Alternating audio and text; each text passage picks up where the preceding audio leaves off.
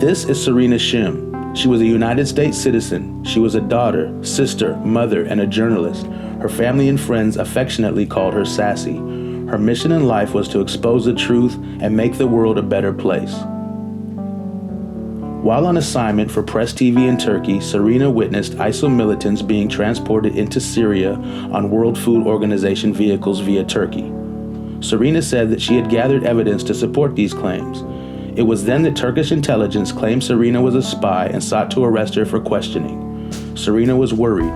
Her next move was to publicly go on air denouncing these accusations and telling the world about her current dilemma in hopes of protecting herself. On October 17, 2014, Serena aired this plea live on Press TV. I'm very surprised at this accusation. I've even thought of actually approaching Turkish intelligence, and because I have nothing to hide and I've never done anything aside from my job, and I'd like to make that apparent to them. However, I am a bit worried because, as you know, and as the viewers know, that Turkey has been labeled by Reporters Without Borders as the largest prison for journalists. So I am a bit frightened about what they might use against me. We were some of the first people on the ground, if not the first people, to get that story of those Takfiri militants going in through the Turkish border from the Bab al-Hawa Rihanli border, being sent in. I got images of them in World Food Organization trucks.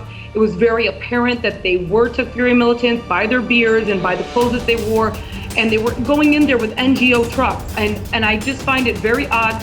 They went to several local residents here, asked about me. The residents said, no, we know her, we have seen her before, we've seen her work, she is not a spy. And they were blatant on going through with the fact that, no, yes, I actually am, and that they told any people that if they see me to bring me in or to give them a phone call. So I find it odd. I don't see why they're taking this action against me at this point.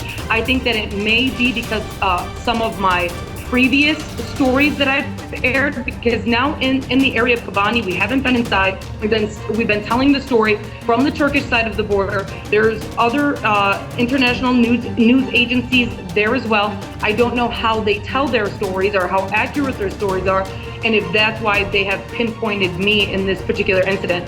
This would be Serena's last on-air report.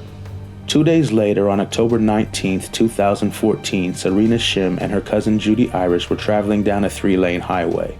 A truck crashed into their car at full speed, not even attempting to stop. After the crash, both women were alive. No police came, only military.